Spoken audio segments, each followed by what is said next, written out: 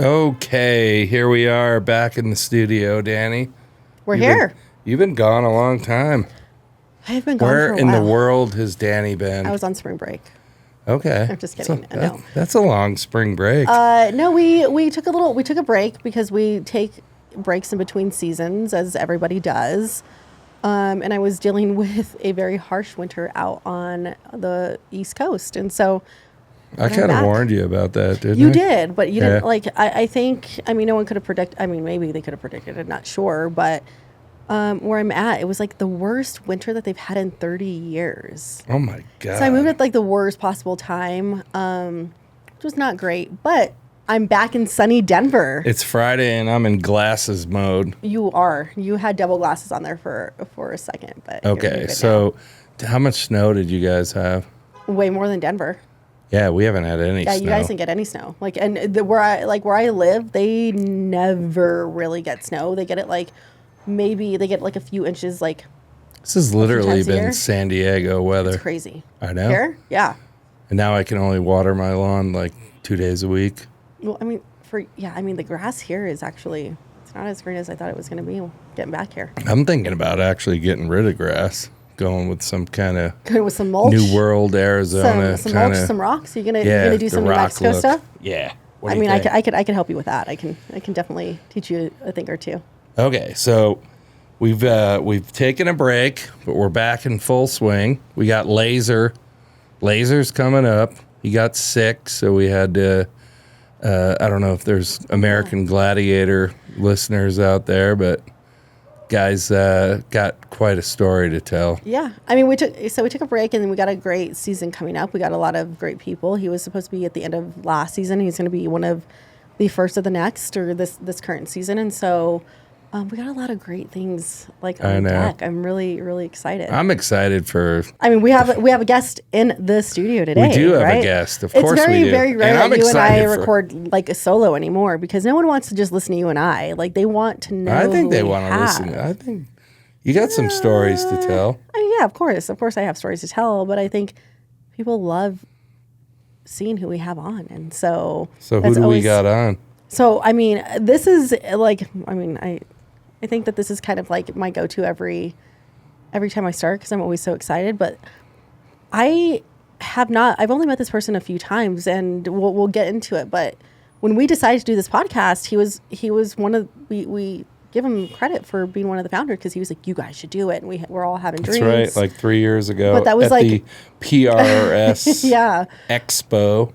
But I've only met him a few times after that. I think it's only been a few times, and we haven't had much conversation. And I don't know much about this person, and I'm so excited to learn and hear. And this like nothing excites me more than having a guest on that I don't know their story. I don't know a lot about them. So today.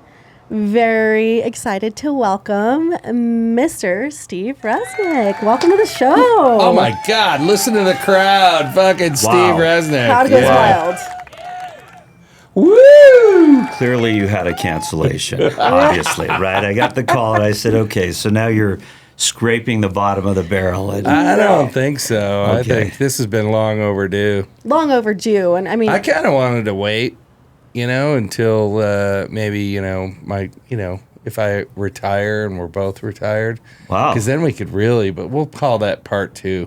Okay, fair enough. We'll do part 2. But well, now that I know, I mean, we'll get into this later, but I mean, we could have gone out to California to record this during the summer, during season, so. Gosh. Actually, Steve has quite the ranch in California, and he, most people may or may not know this, but he's got like an avocado farm, equestrian. It's a pretty cool deal. You got like a clubhouse, right? Like I've seen the pictures. I got a tax strategy, John. Yeah. Okay. Yeah. If you're the IRS, don't be listening. I have a good tax strategy out there, and horses and avocados, and it's good. It's good. And how many horses do you have on that? So there are 60 horses there. I don't own those horses. We do have horses at home. My daughter rode for several years, and I ended up with 3 very large pets. Yeah. Yeah. You have some that big I'm dogs. maintaining. We rescue greyhounds as My well. that's my nice. wife Yeah. loves Steve for the greyhounds. He's got a little area for the dogs, and One of my like dreams is to actually own a dog rescue. Ah, I want beautiful. I want a big ranch, and I want to just rescue dogs. I mean, other The animals too, best. but yeah, The best. I did not know that about you. so let me ask you, Steve. Do you work from the ranch a lot? Yes. Also travel a fair amount on business, but We'll get to that. yeah, I have an office at home as well, and calls start pretty early. Yeah. There's a 13 and a half hour time difference between where I'm located in Los Angeles and Bangalore, India, which is where my company is headquartered. So we'll just get this out in the Yeah. air. Steve works for Get My Parking. He's the president, North America. That's great. Congratulations. Wow. And, John, Yeah. it's like you. It's like Oh you my God. actually. Hey, quiet down, It's everybody. actually like you read the intake, like the intake form. Like, wow. Yeah. And You know what? I don't have to read the intake form with this guy. So it's funny because I was telling Steve, I was like, John doesn't read the intake forms. He never does. I He always never- asks me if I do because someone's got to read them. That's right. But Steve, I like so. I mean, you have a full time job. Like parking is, I mean, a full time job in itself. And you have a ranch. You have a farm. How do you? So let just me do it pepper all? in. Steve's got some. I mean, at least at one point, you had commercial properties too, like Wyoming. So you got Still like got office 'em. buildings. Yeah. Yeah. So I'm a shameless steel junkie, and that motivates me. It excites me. I'm better at that than being a man of leisure. I discovered. So let me ask Actually. you, like, because you're obviously a serial entrepreneur, Yes. and so, and I've worked with you for a lot of years, so you have that entrepreneurial spirit. Like, what drags you back to parking and working with companies that you may or may not have, founded? You might have a participation stock-wise, but like, what drags you back because you have so many other things going on, as Dani said, that are like, you probably, with all the stuff you got going on, you probably don't have to even be in parking. So what keeps drawing you back? Straight up, the people, Okay. the adventure. So you like the game. I love the game. Yeah, And baby. I was. And you're good at it. I was off the. I'm okay. Yeah. I do all right. I'm operating on a diminished capacity, but I do okay. What do you mean by that? I'm often the dumbest guy in the room. Oh, I don't Yeah, think so. I do a lot of listening and observing and seeing what's going on, and I follow the deals. Yeah. And you enjoy it. I absolutely love it, and I spent a lot of years engineering how I might be able to exit the industry. Worked really hard to do that. And then once I left, it took about 7-8 months. I started going to conferences again, and the rest of it was like, hey, what are you doing here? I said, well, I'm a full-time man of leisure, but I'm drawn to this. And it felt, coming back into it felt like probably somebody feels like when they walk into a casino. Right. And they see, like, okay, so if you go to a conference and you see all the lights and everything going on, you're walking in and you're like, okay, this is the game. Yeah. This is what I want to be in. This is where the action is. So I would, if I had to do like a 20,000 foot bullet point from that, I would say that highly successful and all the other, which we'll get through in your parking career, you probably could have exited. You have a commercial real estate portfolio. You have a working ranch where you probably generate revenue. And so that's probably it's income, but it's not like you're not out. It's like a oiled machine, so to speak. So you get up every day and you're not like fighting and you're not in the game. Is that kind of? No, I'm fully in the game. No, I'm not saying. Yeah. If take parking out of it. Yeah. I'm describing your real estate and all the other things you have going on the side. Like, you could probably sit back and just, be avocado farmer and be happy and and your lifestyle wouldn't change much, but you like the thrill, which is what drives you back into the game, right? I discovered that all that peace and serenity, I'm not built for it. You need a little bit of chaos. I need action. Fuck yeah. I need action. The chaos. I love it. And you love the game. And I love the little fire burns and the oh my God, we got to do this. Yeah, the people, the team camaraderie, the contributions. I truly like the industry. Okay. It sounds odd, and I surprised myself because there was a time where it was in my mind maybe a necessary evil. I had this, I through a series of mergers, different jobs and that kind of thing, but then I kind of found my footing where I felt like, yeah, this makes a lot of sense. I'm contributing and I'm making people happy. I love that, and I love how you said it's, which is one of my favorite thing about my most favorite thing about the industry is the people, right? And it's like 100%. the people who you get to meet, and the industry obviously has its peaks, it has its valleys, it has its high highs, got and its its low lows. assholes and its good guys. It's like you love being in. You love being in it. And I'm probably one of those John. two people. They'll be listening, going, "Yeah, you're one of them." That's all right. And if we're being honest, good. it's okay. That's of course. Great. We're always honest on this show. But there's great times, even in my short time in the industry. There's really wonderful times that I've had in the industry. There's really shitty times that I've had in the industry, and regardless of it, I love that it's always the people who bring us back to it. Yeah. And like you said, you need your serenity is your outside of the parking world. Everyone needs a little bit of chaos in what they do, and the chaos in the parking industry is, like, it can be really good. It can be not so great, but it's who you meet, who you know, the conversations that you get to have. It's relationships. The relationships that you make and build. Yeah, so let's rewind the clock a little bit. So, because I want to dive into one. I think your father has been an important piece in your life with respect to the real estate side. Yeah. Right. So how, let's reverse the clock and we'll just focus on parking. Okay. So, when did you get into parking? Because we had a conversation. Yeah, we had a conversation in the green room, and I thought it was Ed Simmons and executive parking, and you kind of said, "Oh, it was before that a little bit." Yeah. So, in high school, I was working at this business, and I was making $3.15 an hour. And oh my God! In California? In California, yeah. Holy shit! And I worked there for about... It's like a half a tank of gas right now. Well, that's a half a gallon of gas. And that's ultimately why I left that job, because I couldn't get a 10-cent raise.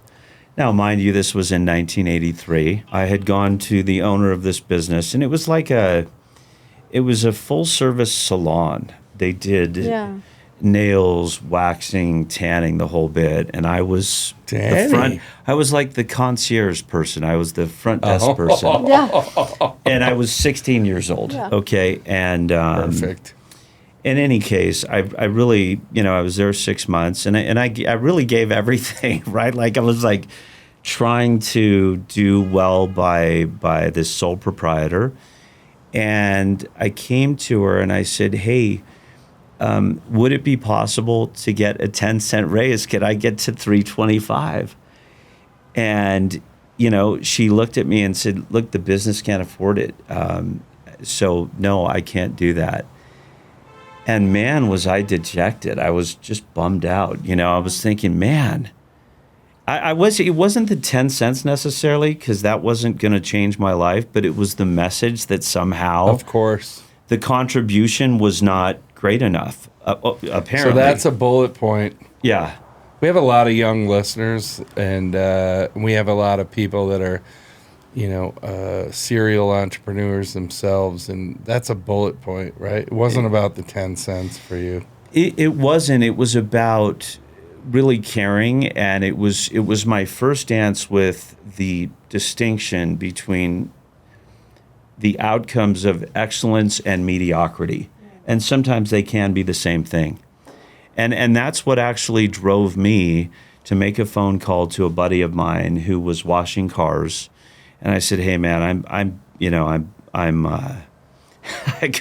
asked for a raise. I couldn't get one. Hey, can I help you with what you're doing? You know, I'll do all the worst jobs or whatever it is." And he said, "Sure."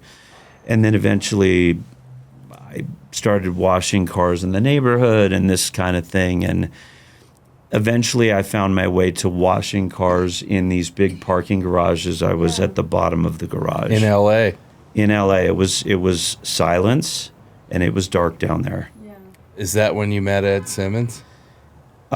Yes. I think by that time I may have been... Ed Simmons is like one of my 18, heroes. 19. I actually met Dale first. Oh, did you? I showed up to do his cars and everything else. And, you know, I had hair down to here, and I was actually going to school, and I was a musician. That's another story. Yep, and we'll get to that, In any case, I showed up to do his cars one day, and all day I'm kind of out there. And then he says, "Oh, yeah, very nice to meet you." It was a referral. Invited me in. He says, "Do you play liar's poker?" I said, "No, not really. Oh, let me teach you." And so I basically lost all my money in about 10 minutes. That was Dale? That was Dale. That was Dale. Yeah. That was my first exposure to the parking industry, actually. Interesting. I lost it all. So Dale was a founder with Ed, right? Correct. Executive They Parking. owned the company together, And they ultimately sold to Standard Parking. Oh, okay. And that's right. how I met all these guys. They were like the LA mob. Because you were in at parking. Standard when the acquisition happened. Probably not mob, but they were money makers and shakers. Let's Yeah. put it that They way. were wearing cowboy boots and suits. It was wild. We're out in LA. Like, what parts of where were your main? The company was based in Westwood, but that's not the time that I went to work for them. I actually was going to school. I went to music school. I had pursued a career in music, and I failed. And anyway, long I story wouldn't short. necessarily say that. And we'll get to that. Do you remember the first garage that you ever worked in? Is it still there? Do you ever go by? Do you ever like reminisce about 1100 Glendon Avenue, actually, Everyone remembers, in yeah. Westwood Village. It was where the Monty's restaurant was at the top there. And, you know, UCLA in Westwood in like the 80s, and it's a pretty good place. It was pretty cool. Yeah. Everybody wanted to go to Westwood, so. Yeah. So you got Westwood, you're washing cars, you meet Dale, you play liar's poker. So when do you get to executive parking? Oh, man. And I want to know who hired you. Who was the guy that founded Steve Resnick, who has been an icon in our industry? I thank you, Like, John, but that is overstating matters. No, it is Yeah, not. it is. No, It it's is. not. I could sit here for It's- 2 hours It's and talk gross. about. It's a gross overstatement. I don't think so. And It's appalling. I have specific examples, and I will give them. It's appalling. Anyway, let's. I was actually- I want to know who founded you. Okay, well, I was not in the parking business. I was actually. You were washing cars. I'd gone to school. I know. Then I went to music school. And anyway, I got a haircut and I went back to school, and I had started this business, and I was. At that point, I was still friendly with Dale and Ed because I had been doing their cars, and I knew these guys over the years, and God, you they were kept- washing Dale and No, Ed's car? oh, that was in my teens. That's when that happened, and then anyway, that stopped after a while, and then those guys were trying to say, "Oh, come into the parking business and this and that," and it was a tough transition because I was in the music business, and I was not used to a corporate office that was quiet. I felt like, man, I've really reached, like, by my own statistics, maybe a level of mediocrity. Like, I viewed it differently, and I didn't understand just everything that was happening around me. I was still in my 20s, right? I was still young and trying to understand everything. 20 years old. Okay. like me. So now we fast forward a little bit. Who was the one that said, we're hiring Steve Resnick? Well, it was ultimately Dale that kept pushing to do that. Good for Dale. and I had this business, and I was doing okay with it, and I was going to school, and he finally said, well, listen, you know what, you can keep your company, you can do your thing, just come to work for us, and we'll pay you X. And then so now I think I'm 26, maybe 27, and I'm like, geez, I can make a lot of money here. This is interesting to me. And so that's how I got into it. Ed Simmons, now you're working for Dale and Ed Simmons. Yeah, so was, that's God, who's the guy that lived in Dave Jenkins? Where was well, he? there was Kilfoyle. I know. Kilfoyle Actually, was Eagle One, baby. I met our Uncle Deeker, Dave Kilfoyle. Okay, Uncle Deeker. I call him Eagle One. Okay, well, I think I was 19. I ended up in a golf cart with him one day. I said, oh, what do you... And at this point, I mean, I literally had hair down to here. I had no plan B. I was just going to play rock and roll. He was an intimidator. Yeah, and I said, once you got to know him, though, he's a teddy bear. Yeah, I said, oh, what do you do? So what are you doing after the golf? And he says, you see, I've got this thing. It's called a job. I said, oh, okay, interesting. Yeah, we worked for the same people. Yeah. I did over the time. Yeah. I went from Connolly to Kilfoyle, and I was intimidated because Kilfoyle was he wasn't one of those guys where you could just I do my normal sales shit and rub up against. He was the guy that called you out on your bullshit. Oh, he would you'd make a comment to Dave, and then he's the guy to go, wait, what? Tell me about that.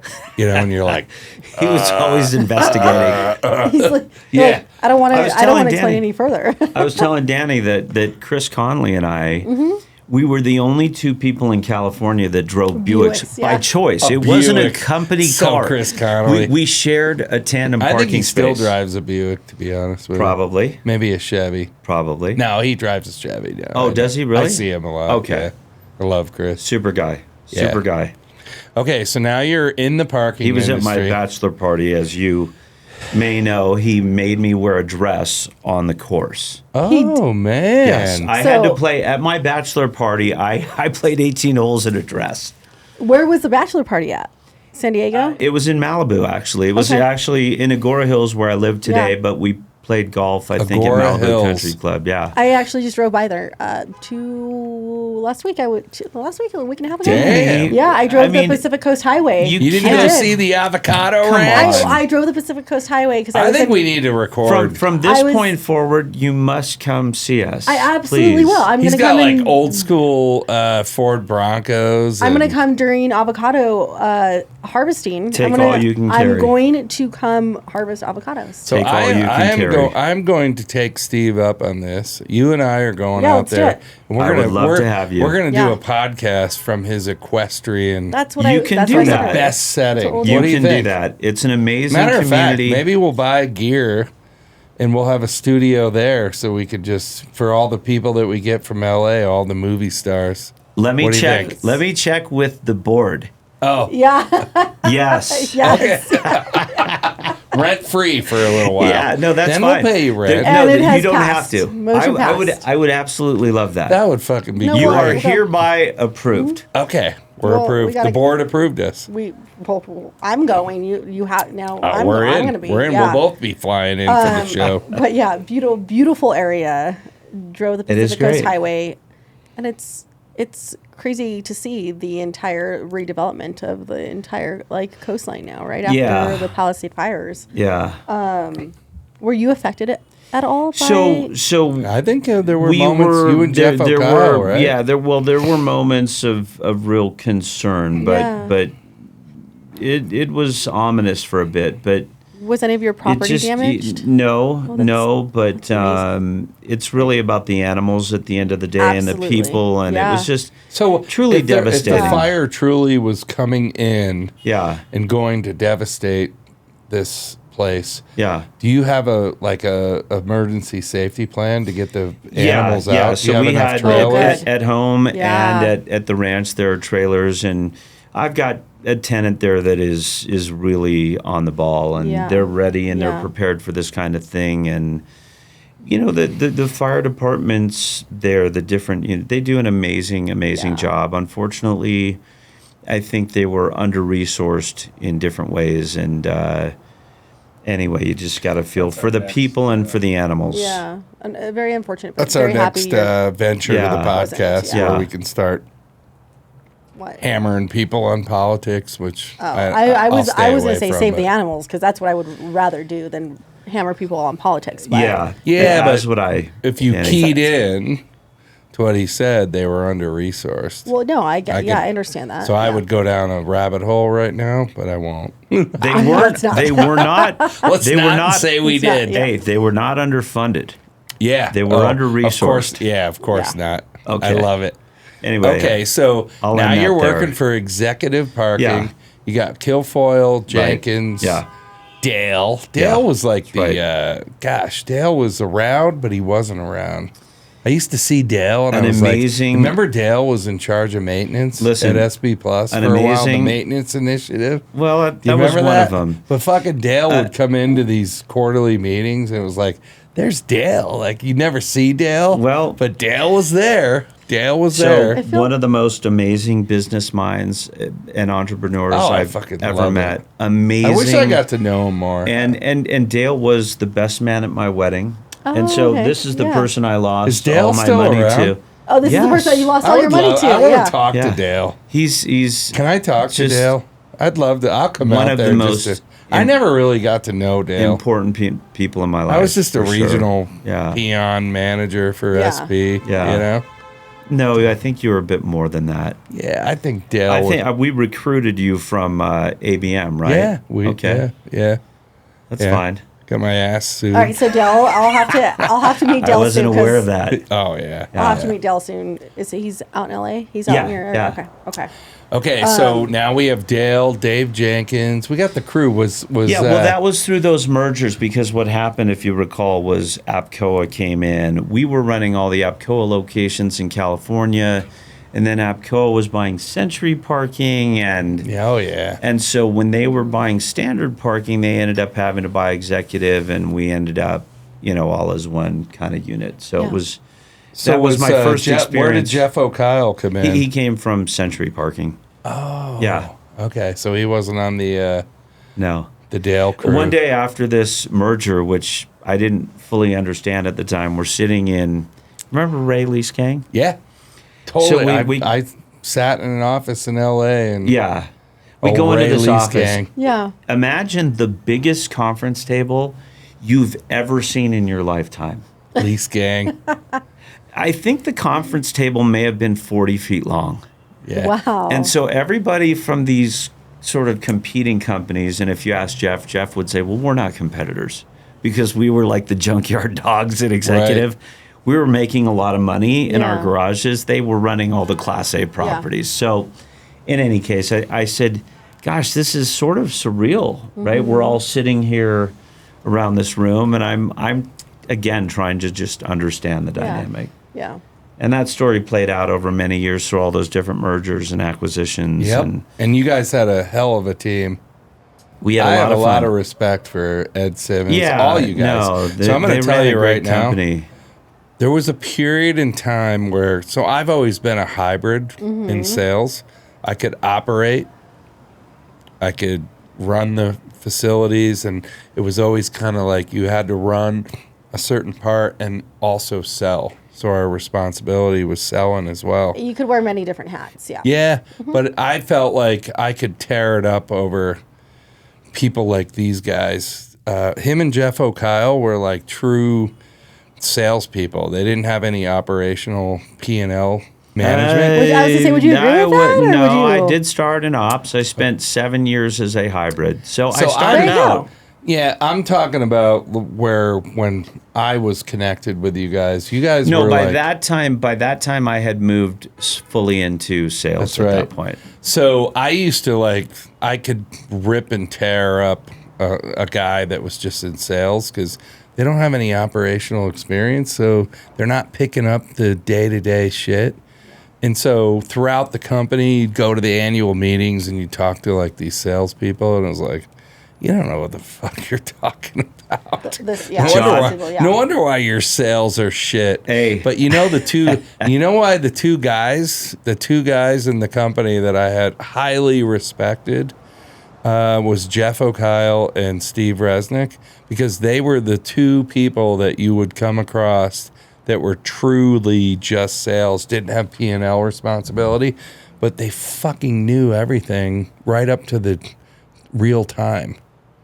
But they didn't operate. So what? How? But that comes with experience. So what? Yeah, it comes with experience, but it's like a consultant. How do you stay with up on the latest and greatest if you're not operating something? Let's ask Steve. So I haven't. I will say, and we'll see if he confirms it. This is what made them great, because they collaborated and they stayed in touch and they communicated with people like myself. Different regional managers, and said, hey, you know what, tell me about this, tell me about that. I guarantee you he'll answer it that way, because that's what kept them up to speed, rather than the sales guy that was just burning out, never in the office, just selling, never talked to anybody. That's like a good, that's an interesting take, but I want to hear your take on it, because I want to. It's a simple deal. Do you agree? Do you agree or disagree? This gig they offered me was purely operational at the time. I ran all the Santa Monica beach lots, the pier, all this stuff. And I didn't mean to take away from your operation. Not at all. But when you and I worked together, you were truly just by sales. that time I had transitioned. But in operations, I actually very quickly learned the distinction between a lease and a reimbursable management fee agreement. And I understood that every car that I put into a lease location was money to the bottom line. And so they'd give me these locations that were troubled, and I would go out and I would find these giant fleets of vehicles to bring in.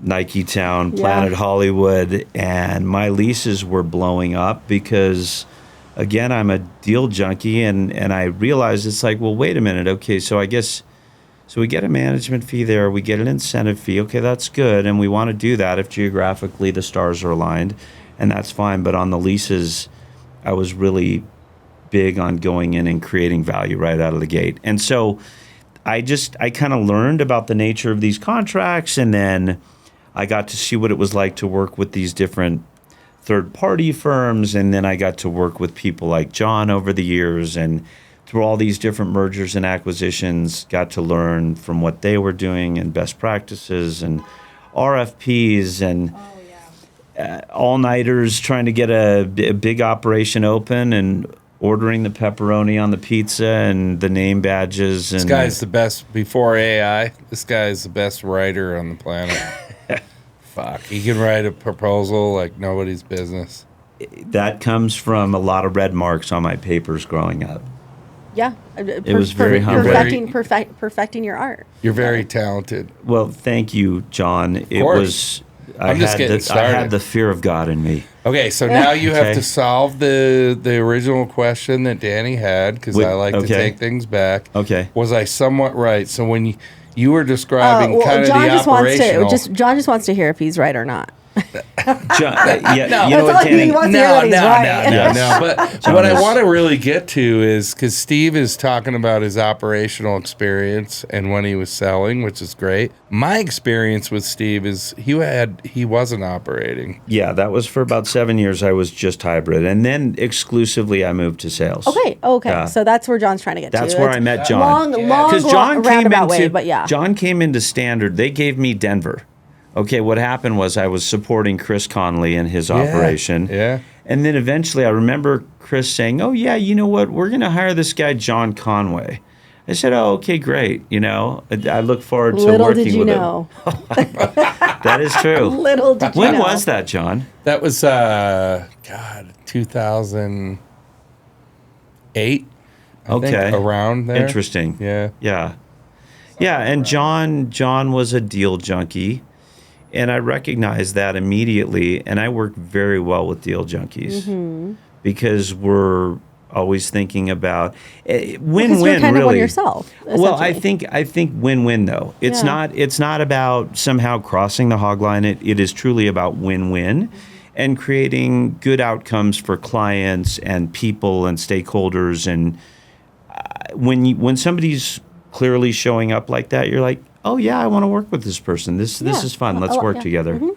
You're right. And so at that point of your career, you were just sales. And my point is, yes, you had a lot of experience in operating, but I think at that point you had been out. You had been in just sales for a while. Yeah, because I got in '94. That's right. So by 2001, I was probably just purely sales. 2001, 2000. So that's like 8. That's like, let's call it 7 years. Yeah. So consultants not burn out. They age out, right? It's like, They age out. I think they age out. No, the bad ones, right? Because you become a consultant because you're an expert at something, but after you've been a consultant for 15 years, how are you an expert at what's going on today? And that's what I'm digging into, because at this point he's 7 years out of operating, but he was always relevant. That's my point. Well, yeah. That's how you stay an expert. In 7 years, if I go back 7 years right now, like I haven't been in a parking operation since 2016, maybe 2015. Yeah. So tough. it's a completely different environment. Well, if you don't stay relevant, like if you don't keep up with it. That's right. So how do you do that?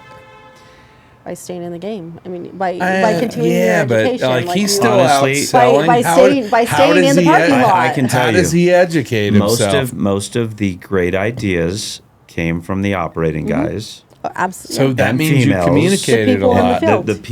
The people in the field on the ground were making very cogent observations about these operations. They were coming up with innovative operational concepts, efficiencies, using all the technology that was available during these different times. Remember, John, I got into this business when there were honor boxes. I know. Yeah. Okay, like Trust me like too. I looked at this think I thing. have carpal tunnel from honor box. I looked at this Straightening thing, I money, said, putting it under what my the ass. heck? Yeah, what is this thing? Like, Yeah. like, is that space? Did they pay for that, or did that dollar bill drop to the we bottom? can't even make up I what will we were say- doing. It's fucking. It's guys- Dinosaurs, crazy. primitive. You guys, the honor box is still a thing. I want to tell you that. Like, Oh my Well, God. I know. Only neither- somebody who's neither- stealing or neither- embezzling or neither one of you have been or in laundering. operations. Let's just say That's embezzling, insane. laundering, or something. Well, you guys haven't been in operations for a while. I'm still in ops, right? I run operations today, and they're still a thing. Not in any of my Why wouldn't you put up a but QR code They're at this not point? a thing in my Call it a operations, day. but insane. I'm It is pretty insane. I'm pretty boots on the ground, like in operations across the country. And so, you're seeing honor boxes? Still, yeah. That is absolute the insanity, next John. time I see one, I'm gonna send the both I'm of you a telling picture. you, somebody's stealing. I'm Okay, gonna send you that- guys a picture. I've yeah. been in this business a long time. I have to just say you're stealing or you're embezzling I mean, or but you're yes, I'm just saying. or you're look, tax like, frauding I can't or believe that. we are a very innovative industry, but there are some old school. I can't believe maybe that. owners. I wouldn't I even do say believe operators, Dani but because I know of some places. I mean, but I won't trust you. say but the name because I just don't I bet you want I can to. find one in Denver somewhere. No, And I know there's So I'm some- going to send you guys a picture of the next time I come across an honor box. Okay. But yeah, there's still a thing, unfortunately. Okay, Yeah. well, that's what we're talking about, dinosaurs. Okay. I still, yeah, we still But deal what with them. we're really talking about is you staying relevant and Well, being John- being that salesperson that stays relevant. And this goes to consulting. There are good consultants out there that utilize. They go Yeah. to the shows. They sit down. They if I was a consultant, my whole show would look different, right? Yeah. I would want to pick as many brains as I could so I could find out what their problems are, Sure. what they're looking at for innovation, how are they trying to solve innovation. Like it's a constant thing because operations, as you can see in the last 5 years, oh my God, it's evolved, right? And so I just wanted to point out that you and Jeff were the best. Well- and honestly, I think Standard went back to the hybrid model. All I did was I was capable of captioning the ideas of the amazing operating people I got to work with over a long period of time I was good at presenting the information, and I think I was good on my feet. Like in real time during a presentation, if it just so happened we were off by 300,000 in the performa, and we didn't realize it until we were actually in the presentation, I found a way to quell the purple zebra in the room. I was able to sort of say, "Oh, look at that." No, it all the good substance was coming from the operating folks. So that's your answer right there. And it's about paying attention to not just your team, but the others in the room, reading the room, which it sounds like you're Dani, doing. Yes. that is right on point. That is, so there were a lot of RFPs, as you know, John, and we'd have to read the room. We'd have to be in front of these RFPs by a long time. We'd have to have our politics lined up. We'd have to have the right GM in place. We'd have to have all the right recommendations, and we would have to expose the vulnerabilities of either the incumbent. Never negative selling, but That's just right. talking about in a way where it wasn't negative selling. Correct, because which is an art in itself. you never want to be negative, and even today that counts today, because I think many companies bring really unique value to the table, and it's a very small business. Like I've been in this now; it'll be 32 years. I don't want to make any enemies. I don't want to begrudge people's success. If they go out and they put the best value proposition forward, I celebrate their success. It's like, you know what, you got this one. Good for you. You know, and I love that you say that, and you make a point of saying you don't want to make any enemies, because I think that is something getting into the industry. You know, I haven't been in the industry a long time, but when I got in, I wanted to be friends with everybody because I love making friends, and I never understood why I couldn't be friends with my competitors. And to me, I was just like, if we're not learning together as an industry, then we're not moving forward. Then what are we doing? Exactly, because truthfully, in this industry, and what you'll find is, eventually, you're probably going to be working with those people. You're going to be working on the same team, or you're going to be. So grateful not to burn bridges. Yeah. Somebody will call you and say, "Oh, you worked with this person. Yeah, we're thinking about hiring them." Some people don't understand that aspect either. And then it gets uncomfortable. Yeah, and it is a very it's hard to hire from outside of the industry because you don't have the benefit of the context necessarily. But I do believe, you know what? I'm really impressed when companies are doing amazing things and they're putting out a great product, they're putting out a great service, and they're able to articulate it and they're able to win. And it's like, hey, you got this. You did it, and congratulations to you. You know what? We'll see you on the next one. And if you do that for long enough, you just make a lot of friends in the business. Yeah. At the end of the day, you can sit, no matter who you are, no matter what you do, no matter what company you're at, you can sit around a table, have a beer together. 100%. And or John's coffee. Or John's coffee, because John's coffee is special. John's coffee. Juan Pablo. It's pretty special. What got you interested in moving to the tech side? Oh, goodness. So before we get into that, sorry, am I jumping? I'm jumping way ahead. No, you're not jumping way ahead. I'm so excited to hear this because I know I got out of operations to go into tech, and I'm so we have to. So I want to hear this. We have to just first say that Steve mentioned briefly about his musical career, and I think Steve could have been. I mean, not could have been. I mean, I've been to your 50th birthday party, so anybody that's been there, he was on stage with his bass. He loves to play bass, so you can catch Steve in concert pretty much every other weekend or in Malibu. Very frequently, all around, all over. I love that. So music is to the heart of Steve, and so I think they had a contract with Aristar Records. Aristar Records, we were. Yeah. But now I'm appealing in sort of a dad bod sort of way. There's a lane I'm swimming in LA, and I'm checking firmly those boxes. So you during that period, Dani's appalled. Yeah.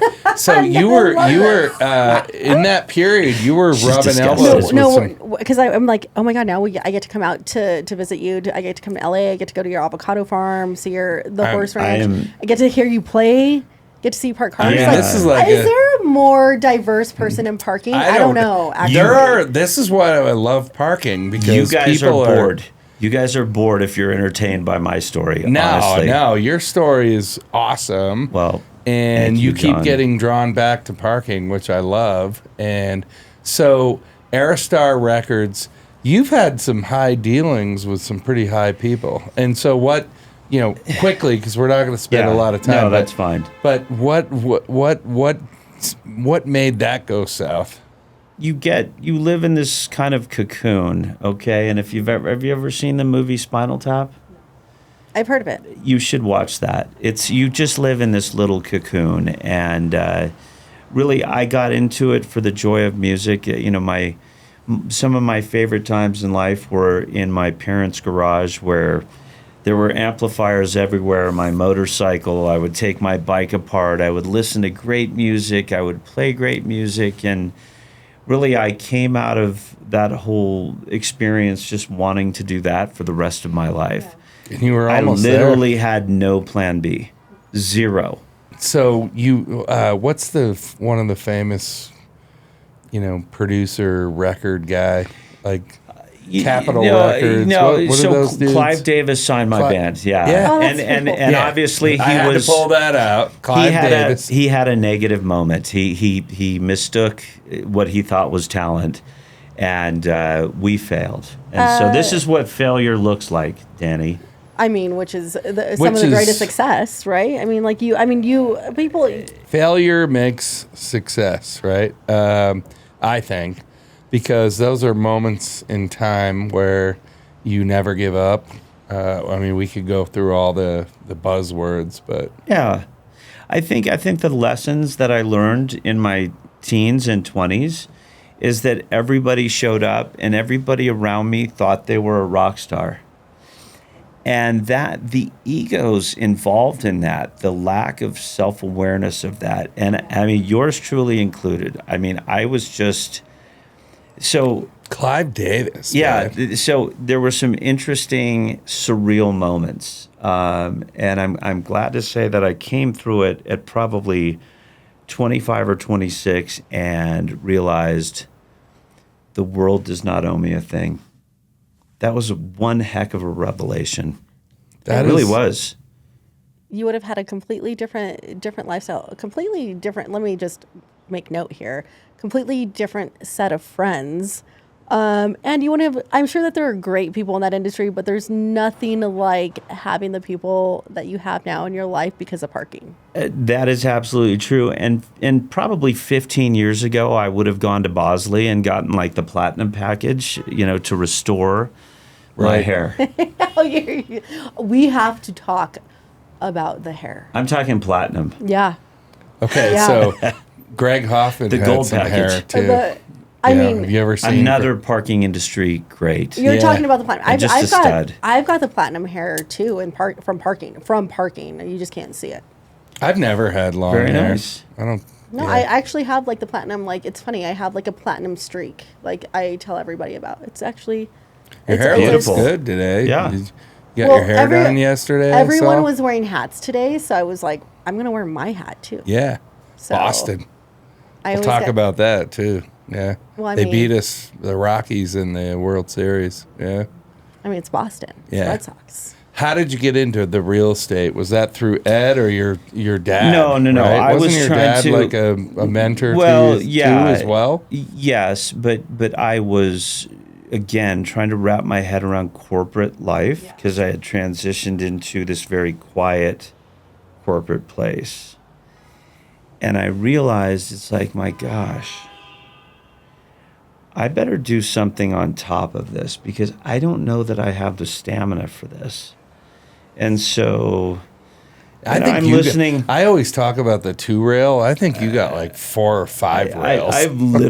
I'm like listening to Tony Robbins tapes on Oh, I cassettes. love I'm Tony like, Robbins. I listened to him this but morning. this is in the early 2000s. Okay, I'm literally like trying to just understand the world, millennia. right? Yeah, Yeah. Yeah. And I needed to find another way to. Were you guys putting generators in parking garages to have the equipment working? And remember when in 2000 they thought everything was going to Oh, shut the down? the Y2K. Y2K deal. Y2K? You know who was driving around on Y2K? One person, Jim Arger. Do you remember Jim? I don't remember. He came from Standard I Parking. remember the name, but He was we had serious like about it. generators and 3 all our a.m. garages. that guy was driving we around town. We were planning for it's Oh yeah, like Doomsday. yeah, Doomsday. yeah. So, But it was a necessary upgrade from CCOM. Right? We had to we needed the Y2K upgrade. Yeah. okay, so this is like the conversation happening now is it's amazing and I love it. Like if I'm confused, everyone else has to be confused because there's parking, there's real estate, there's Music your music industry. career. Yeah. The one thing that I want to know is, I mean, like I said, you have to be the most diverse person in our industry. And I say that hands down. You're It's way too sweet. I think that's a fact. But you did all of this, a lot of it all at the same time. You were dipping like in and out and you were doing a lot of things. Yeah. All at the same time. You Yeah. were in parking. Were you in your music career too during then? Was that before? No. So by that point, I was washed up, fully. I wouldn't officially. call it that. You're still playing. Well, I'm still Yeah. playing. Like, look, I will tell That's you. your pastime. So I play gigs in LA often.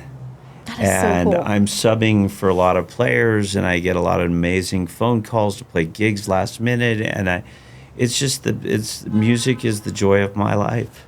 And you're So you're cool. still doing And he's doing really it. good at it. So it wasn't a failure. It wasn't a failure. I It don't was, think so. At the time, it felt like it. In my mind, it was definitely Yeah. a failure at the time, but it was a good one to have early in my life where it hurt enough, where it did put a tremendous sense of urgency in me, and to realize the effort it would take to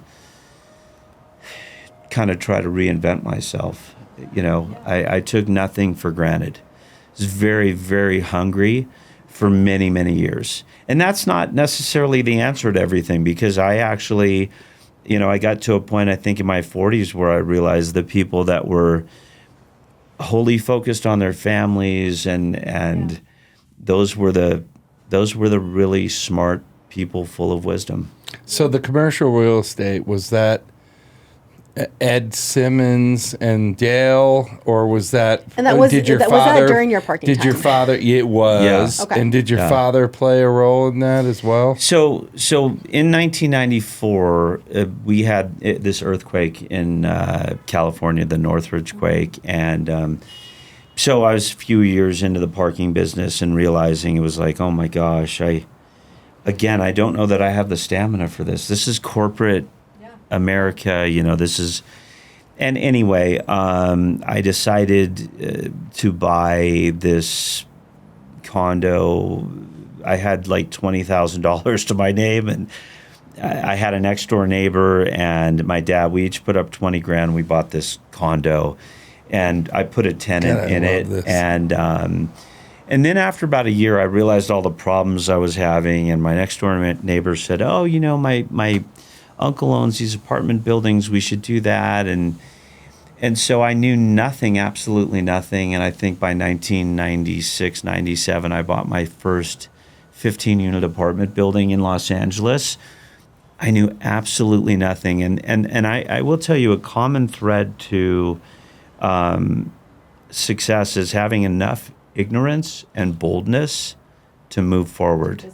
When you don't have all of the wisdom and all of the data and the rest of it, you just go So with that's it. bullet point number 2, baby. I love I love it. I love it. Having the I don't have ignorance that. to just What do move I forward. know Yeah. about farming? And actually? that, you know what? That's just- courage. You just got to do You it. talked yeah. about ignorance and courage. Exactly. And you know what you don't want to talk about is ignorance and arrogance, because when those when those two things intersect, John, you're gone. You gone. Yeah, you gone. You gone. Yeah, that's a good point, John. Oh man, if there is anything great that you said today, it was that. You cannot intersect ignorance and arrogance. Oh my God, it's a fucking recipe for disaster. That's a clip. It is. You gone. And I think that's really eloquent and really on point, and maybe not eloquent the way I put it, but there's no other way to put that. I mean, the F word is interesting. It's an industry podcast. I know there's people that, you know what, we're just real here. But you know what, that sort of person is hard to work around. Yeah. Oh my God! And I tell you what, it is guilt by association.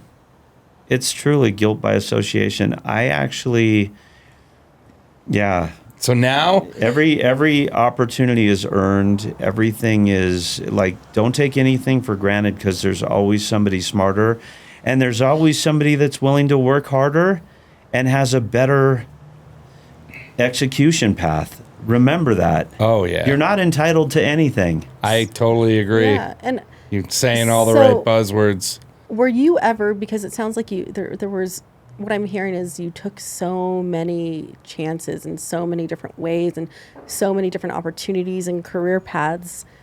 Were you ever fearful that it wasn't going to work out? Or did you not ever? Because it's like... Of course. Well, I mean, right. but some people don't go into doing something because fearful, they're too risk adverse. They're like, we're going to do it, like you said. That's the ignorant enough just to go do it. So I don't have any.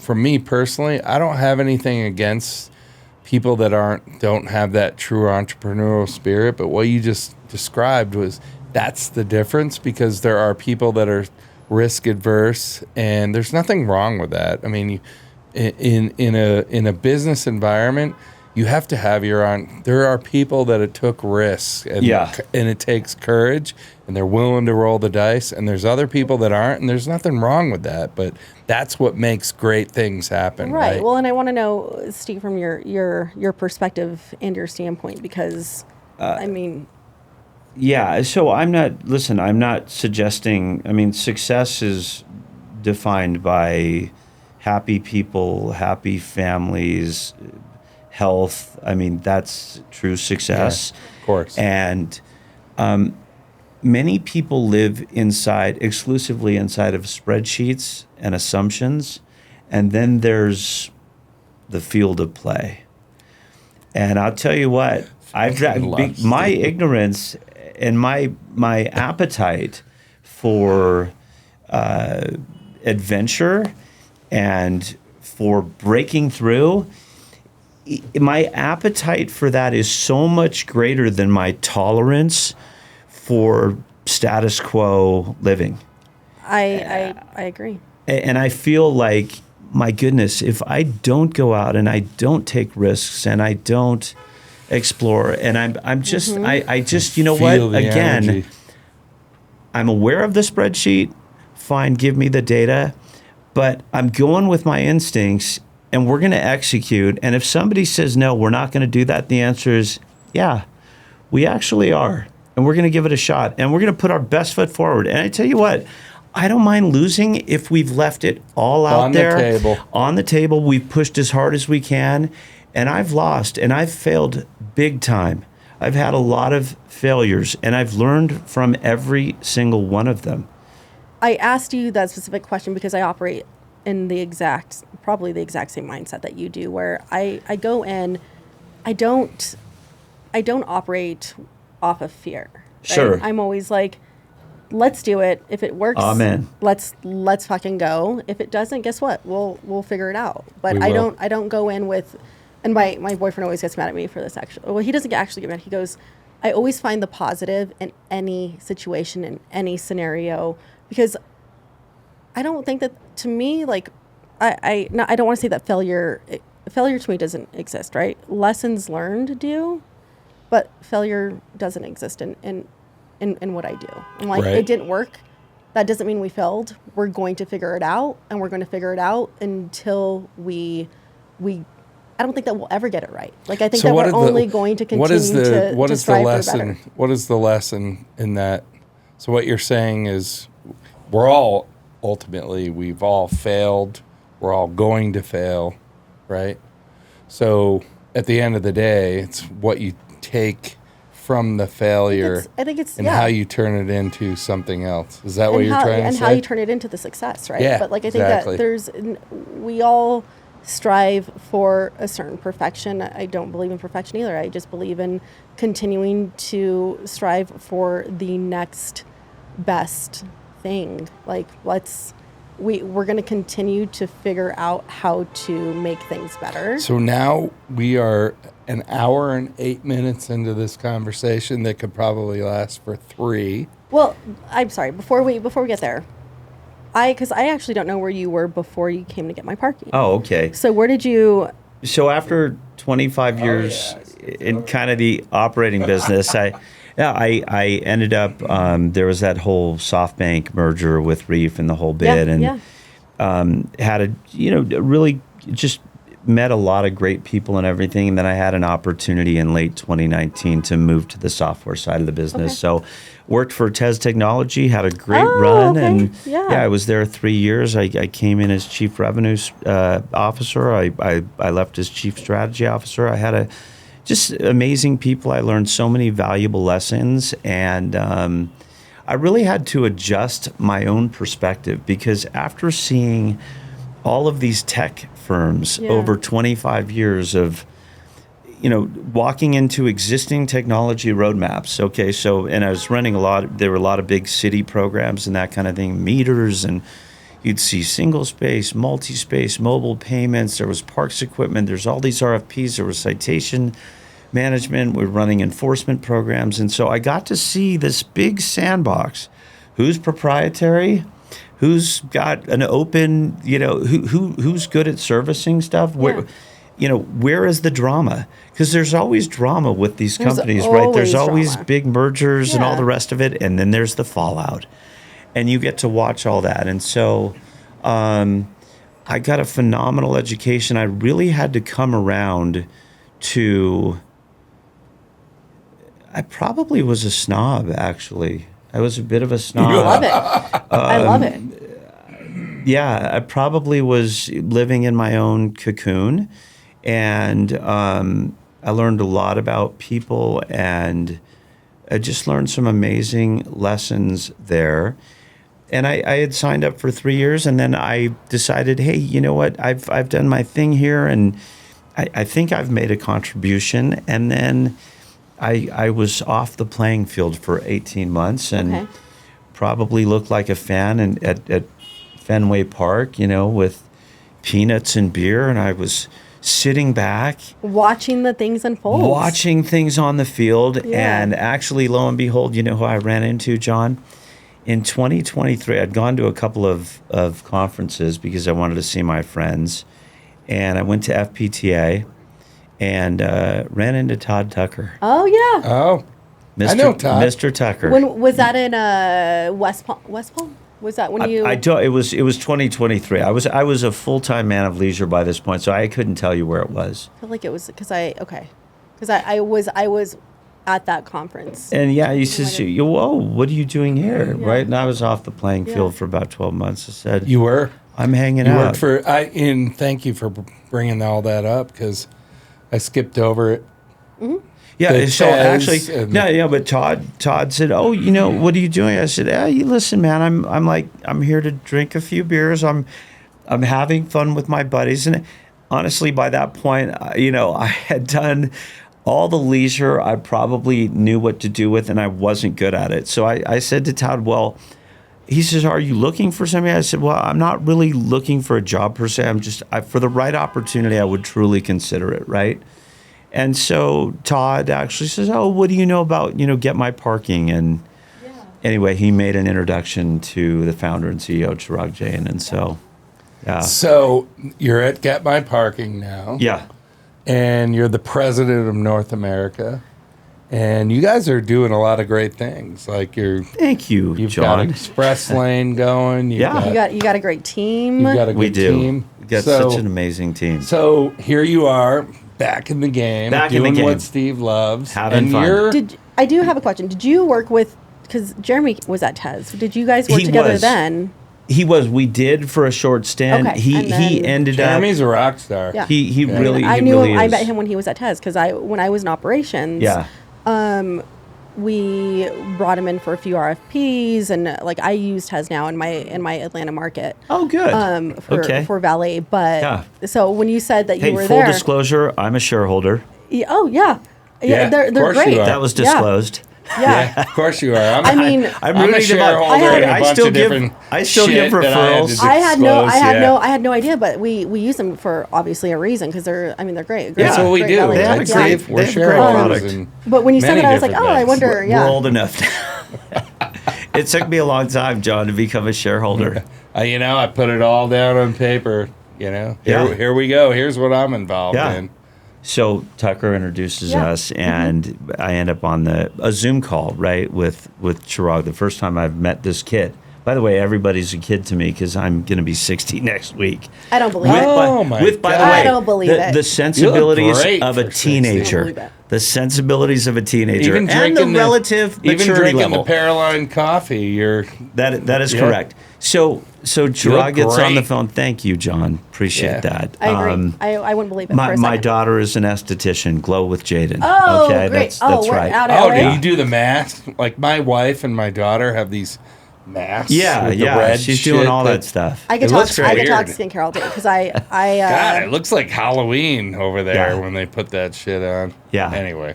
But nevertheless, so anyway, Chirag says, "Oh yeah." So we get introduced, and he says, "Right, it's a Zoom call, right?" By the way, Steve, I don't have a job for you. I don't have a position. I'm like, well, good. Let's just talk. Good to meet Yeah. you. Yeah. I'm actually that's good news because I'm not looking for a job. I'm looking for an opportunity. I know that. Yeah. There was other people talking to you too. Yeah, there were a few, and honestly, I said to Chirag, I said, actually, what I'm looking for, I need a spaceship.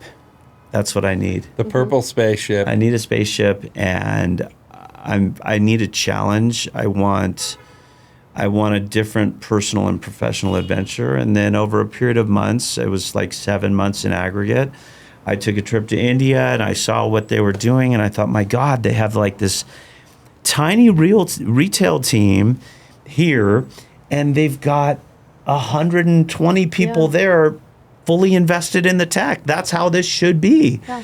And anyway, I came away from that trip in the spring of 24, and I thought, man, the deal junkie in me is like really wound up, and I'm thinking, God, I don't see how I don't do this. Like, I've got to do this. So you've been at Get My Parking for the last 2 Yeah, it'll be years? 2 years 'Cause in we're June. spring 2026 now, right? 2 years in June. 2026, Yeah. IPMI 2024 was my first day. And I mean, you guys are rocking. You're That rocking is the it. You're- team. I take no credit.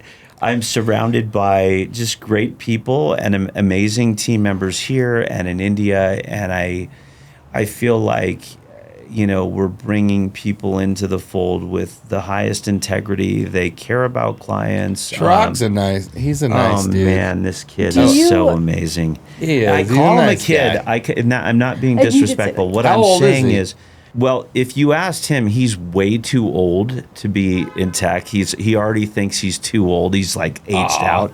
Well, because I believe he's 37. He's Oh my truly, gosh. I know, but honestly, can you imagine this No, intellect? he Like every doesn't- yeah, he conversation, doesn't and come by the way, across. he's not just about the data. Yeah. Okay, but imagine somebody this young that built a global organization. The tech is in like 4,500 locations doing business in 15 countries. And he did that over a period of 11 years, the last Yeah. 11 years. And truly, the company behaves like a startup today. It's got Yeah. the same energy with very little outside investment. do you miss operations? Not at all. Okay. no. See, So I don't either. Not at all, Dani. I left operations. So hard. Give me a high five. Yeah, there. John. Yeah, I mean, I don't you know miss what? operations. I mean, at like all. I'm in ops. I'm in ops now, honestly, but I Dani- left ops to go into tech to work for Todd Tucker actually. Yeah. And then Legend. He's in the building. He's like our He's one-man here, HR wrecking crew. Todd He's, is a he's in the force building. of The mayor. nature. Yeah, the he's mayor here. of parking. He's everything. he's hard to lock down too. I was Yeah. like I went to go say hi to him and his door's already closed and he's I yelling know. on the phone. And Just made another Yeah. Todd Tucker indirect hire starting on April 20th. who? From his parking Logics days, Jason Singh is coming to work Oh to get my my parking. God! Oh, Yeah. Hey, you really? heard it here, baby. Yeah. we love Superstar. having announcements. That's- All He's right. a superstar. So you guys are adding to There's the more. team. There's more That's to awesome. follow. There's some The great Clint team Joy members coming. thing was. That was Yeah, a grand baby. slam. That was a grand slam. Clint Clint and I. Joy. Well, we all worked together. Yeah. Clint. In fact, I I worked took together. over Clint's office when I went in the airport division. Yeah. So Remember, he won Deal of the Year for DIA. yeah, of course. Den as John. Den. Are you happy that I corrected? Den. Because I always used to say DIA and John would be like, it's Den. It's dead. Oh, is that what it is? it is dead. Apparently. Oh, I didn't know that. Yeah, they did Okay. a I still call it nomenclature change. DIA, yeah, Yeah, it's- Oh. because the on your bag tag it's Den. He got Deal of the Year, Yeah. company wide. I know. He got $2,000 pre-tax. I know. So my favorite SP Went moment. to the bar. Shout out to you, Mark Bauman, because I know you're listening. But Oh, yeah, okay. my favorite moment was we were sitting at an annual meeting and Steve Resnick and we're gonna get. We got to be quick, but Yeah, come on. Well, hurry it up. yeah. So Steve Resnick was like I was at the table with Steve Resnick, and we got all these great things going on, and we got. My God. We got. Am I going to be mortified? We got human capital this. deployed everywhere. Subject matter experts up Oh, the man. yin yang. I mean, we got everything. And Steve's just saying, why don't we do? Why don't we expose? We have all these arrows in our quiver, and like we're not using them at our lease lots. And I'm sitting there going, I have one of the biggest leases in the country at the time with Brookfield and Chase Bank in Phoenix. I do remember that. And we're like, I'm trying to extract as much value out as I can, and it's like we're hearing all this great shit, and it's like at the lease locations we don't deploy anything because it costs us money. So Steve was like, why don't we start deploying? Using all the arrows in our quiver Oh, to gosh. deploy at these lease locations. And I was like sitting across the table going, fucking ding. Listen, so Ding, ding, ding, you ding, ding, cannot ding. take me anywhere. I know. Okay, And I'm- and then we got the memo that you wrote, the Jerry Maguire. Oh, Lord. Oh, he had to bring it up. I know. We Like, won't get into it, but we're Steve. It's about the people. So if anybody It's about watched the Jerry people. Maguire, Steve wrote We won't get into it, but an John's going to tell the internal story memo. anyway. Yeah. It's about the people. He wrote an At the end of internal the day, memo it's that about is the people. famous. It's No, unbelievable. it's not. I call it the mousetrap, Okay. and you call it what you said it earlier. Well, it was the white paper, but It's the white was paper, but I call it the Jerry It Maguire. was about the people, okay? I know, but what I'm was very much a people person. in the green room though? You said, I believe that. and you mentioned it already on air here. What did I say? What was the memo about? Well, I was concerned that excellence and mediocrity That's right. could necessarily have the same outcome. So that was I had expressed concern. that was the executive summary Okay. of the memo. I was troubled. Anyway, And all, it was all good. classic, and yeah. Anyway, John- great lessons. John really, really, really wanted to talk about that, so I love that. I did, but I think we talked enough about it. Yeah. Right? No, I mean- appreciate it. Yeah. All right, so to Dani getting us back on track, which a lot of people wouldn't believe this because I'm normally the one who goes off the rails. So now It's I one of get the my parking best test, episodes but too. I want to, and I ask because it's a you privilege have to a be good here. amount of parking under your belt. Yeah. I want to know your most memorable, your best, and your worst parking story. Oh goodness. Oh man. Have you ever had a collating problem with an RFP response and you've got like 2 years of work that's wrapped up into 15 minutes?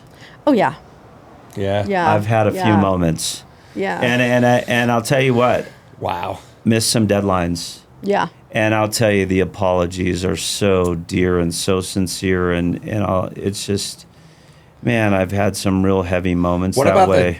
What about a disqualification? I've been there, John. In an RFP that you've spent forever and You're now hours and disqualified. hours, and all of a sudden you missed one technical John, thing and you're disqualified.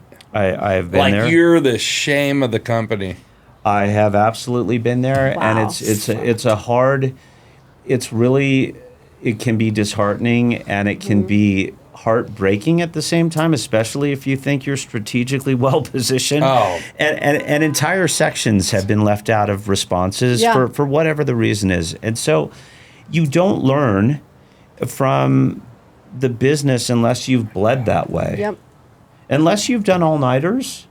And I've seen some crazy things, and again, I've been on some crazy rides with 2 minutes to spare. Yeah. So, being ill prepared is it can plague the industry, because I think in the private sector, not everybody has all the resources they necessarily need, and people are learning and things happen, but at the same time you hold the responsibility for it, and you know what? Again, I've failed. I've learned some expensive lessons. All right. We all Well, have.